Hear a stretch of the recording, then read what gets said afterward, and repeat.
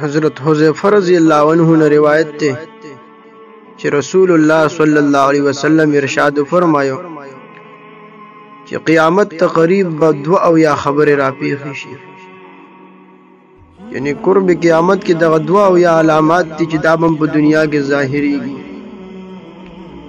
د ټولو نړمبه نبی کریم صلی الله علیه وسلم فرمایل چې خلق با د منځ اهتمام نه کوي، بالماضی په خلکو کې عام شي. کدا علامه مونږ وګورو نو اوسنی وخت کې بالکل د دې ظهور شوه دی. معاشره کې چار چاپیره وکړي چې څومره بالماضی د سوق منځ ته ناراضي. د نبی علیہ السلام په زمانه کې به وسړی ډیر فاسق فاجر او بدکار او لیکن منځ به نه پرې خود، ځکه چې هغه په زمانه کې د کفر او د ایمان په مابین کې حد فاصل او پرکون کې سیز دا منځو. نبی علیہ السلام فرمایل چې خلق به بالماضی شي، په منځونو کې به سستی شروع کی، دای اهتمام بنه کوي. دویم نمبر نبی علیہ السلام ارشاد فرمایي چې خلق په امانتونو ضایع کول شروع کی، چې چا څخه امانت کې خود دې شنفای کې به خیانت کوي. نبی علیہ السلام چې په یو روایت کې د منافق درې نښې بیان کړې دي، پای کې یو دام د چې اذا تمن خانه، د منافق سړي علامه دار چې کله د امین او امانتدار جوړ کړي شنو دی بیا په امانت کې به خیانت کوي. دریم نمبر نبی علیہ السلام فرمایل چې خلق په سود خوار شي، د سود مالونه به خلک خوري، په سود باندې به پیسې دي.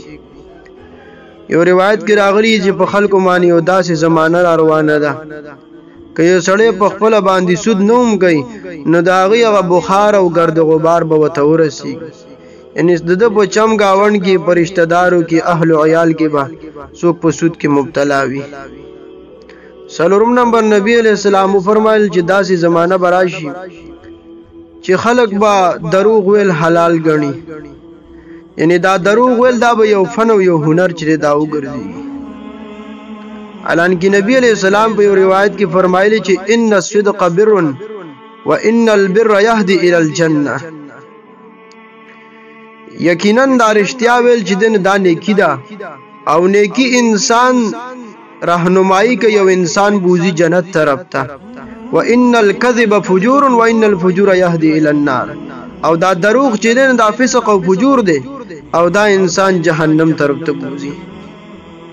ان الصدق طمانینه وان الكذب ریبه، سړی چې رښتیا وایي نو دا د اطمینان باعث ګرځي، او چې کله انسان دروغ وایي بیا په شک وي، په شک کې وي، او د یو دروغ د پاره نور بل لا دروغ چره دا وایي. او ملائکی سو میله لري دغه سړی نه د خورینه بدبوئی دغه دروغ د وجنه د رحمت پرشتي ول خواله ناراضي. نبی اسلام وی چې داسې وخت راشي چې خلق په دروغ ویل تب حلال غني او دا به یو فن او یو هنر غني. پنځم نمبر نبی علیہ السلام فرمایل چې خلق با په معمولی خبرو باندې د یو بل ویني توي. دا علامه کومه تاسو نه ګورونو نو دا په معاشره کې اظهر من الشمس تا د نور نه هم زیات روخانه ده او د دې ظهور شوه دی. روزانه چې دا میډیا کولاو کې سوشل میډیا باندې وګوري نو په معمولی خبرو باندې یو زره غونډه زمکه باندې په بوټو باندې په وړه خبره باندې خلکو جنگونه دی ویني دی او بل توي.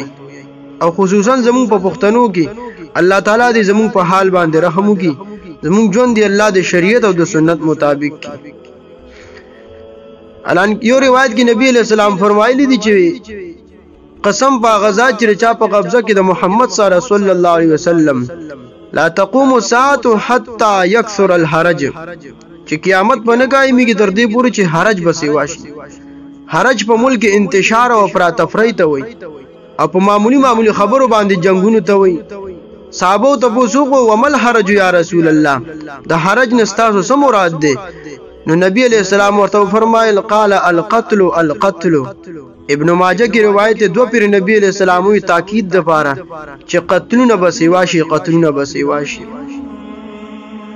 قران کې الله تعالی وی چا چې دی وسړي جان بچ کو دا سشو چې ټول انسانیت ته د ژوند ورکو، ټول انسانیت بچ او د یو سړي قتل کول ټول انسانیت قتل کول دي.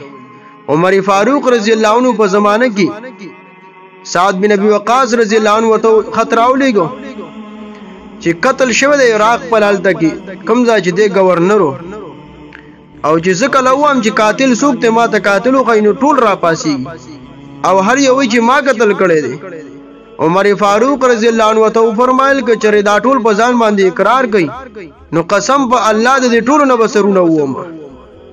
یو روایت کې راغلی دی چې څوک د یو مؤمن په ناحق قتل کې په یو کلمې سره هم شریک شو نو په ورځ د قیامت به د الله په دربار کې د داسې حاضر شي چې د در دواړو سترګو په منځ کې ولیکلي چې آیس من رحمت الله مکتوب بین عینیه آیس من رحمت الله چې دا سړی د الله تعالی د رحمت نه امید دی.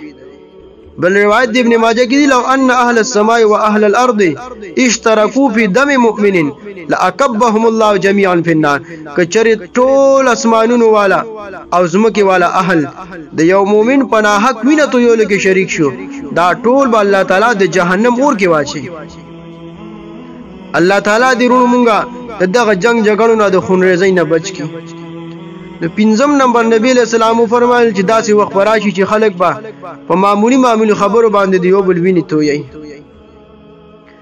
شپږم نمبر نبی علیہ السلام فرمایل چې خلک به اوچت بلډینګونه او عمارتونه جوړي. په حدیث جبرئیل کې چې کوم راغلی د قیامت د علامو باره کې تاسو شو نو یې کې دام دي چې تبه د شپونکی او د کته خلک چې دا کوم په دنیا کې پریوتی خلکو او غریبانان خلکو او فقیران خلکو نو دا به تو ویني چې لولي بلډینګونه به جوړي نو پوه شې چې قیامت قریب را روان دی. وم نمبر نبی رسول الله فرمایل چې داسې وخت راشي چې خلک با دین به خلک خرڅي دنیا د پاره دین به خلک پرېږدي او دنیا بچره دا واخلي. یو حدیث کې راغلی دی چې بادروا بالاعمال زر نیک اعمال کوي او په نیکو کې سبقت کوي د یوم الله فستكون فتن كقطع الليل المظلم. دا سه فتنې رونما کیدونکې دي دا سه فتنې او ازمایښونه ظاهري دونکې دي لکه د شپې د تورې تیارې په شانتي د شپې د تورې ټوکړې چې څنګه دي یعنی سړی ته په کې پته نه لګي چې زه څوک اوسم. يصبح الرجل مؤمنا ويمسي كافرا ويمسي مؤمنا ويصبح كافرا. نبی کریم صلی الله علیه وسلم فرمایل سړی به سحر مسلمان وي ماخام به کافر وي ماخام به مسلمانی سحر ته به کافر شوی. یبيع دینه بعرض من الدنيا د دنیا د یو سو پیسو په خاطر باندې د لغونت عرض او د سامان په خاطر باندې به خلک خپل دینونه او خپل عقیده او خپل ایمانونه خرڅي. اتم نمبر نبی علیہ السلام فرمایل چې قطع رحمی به سیوا شي رشتہ دارانو به یو بل سره نه لګي خلک پر رشتې کټ کول شروع کی. حدیث کې راغلی د رشتہ داری او پرز د قیامت आवाज وکي علامه وصلني وصله الله چا چې په دنیا کې وځای کړم یا الله خپل رحمت سره وځای کی او یا الله چا چې کټ کړم زی پرې کړم یا الله د خپل رحمت نه تنن پرې کی. نهم نمبر نبی علیہ السلام فرمایل چې انصاف او عدل بچره دا ډیر کم شي د عدل او د انصاف نمبر سر نه رخصي. و قسم الک چې د الله تعالی د عرش د سوري لاندې به پورز د قیامت پای کې د ټولو نړمبنه نبی کریم صلی الله علیه وسلم امام عادل ذکر کړی دی. هغه بادشاہ د قوم مشر چې عادل او منصف وي رعایت نه خوشاله او د خلکو خیال ساتي دغه امام دغه مشر دغه بادشاہ په ورځ د قیامت د الله تعالی د عرش د سوري لاندې. نهم نمبر نبی اسلام چې فرمایي و انصاف په دنیا کې کم شي او ختم بشي. لسم نمبر نبی علیہ السلام فرمایل خلق په دروغ رختیا غني چې څومره دروغ جن سړی وي نو خلق په باغ باندې د رښتینی ګمان کوي چې څومره کمینه او خراب سړی وي نو معاشره کې به خلق داغه نه یریږي داغه به قدر او عزت کوي.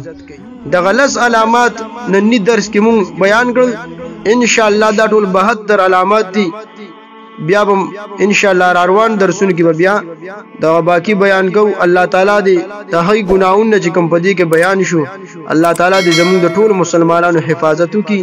واخر دعوانا الحمد لله رب العالمين.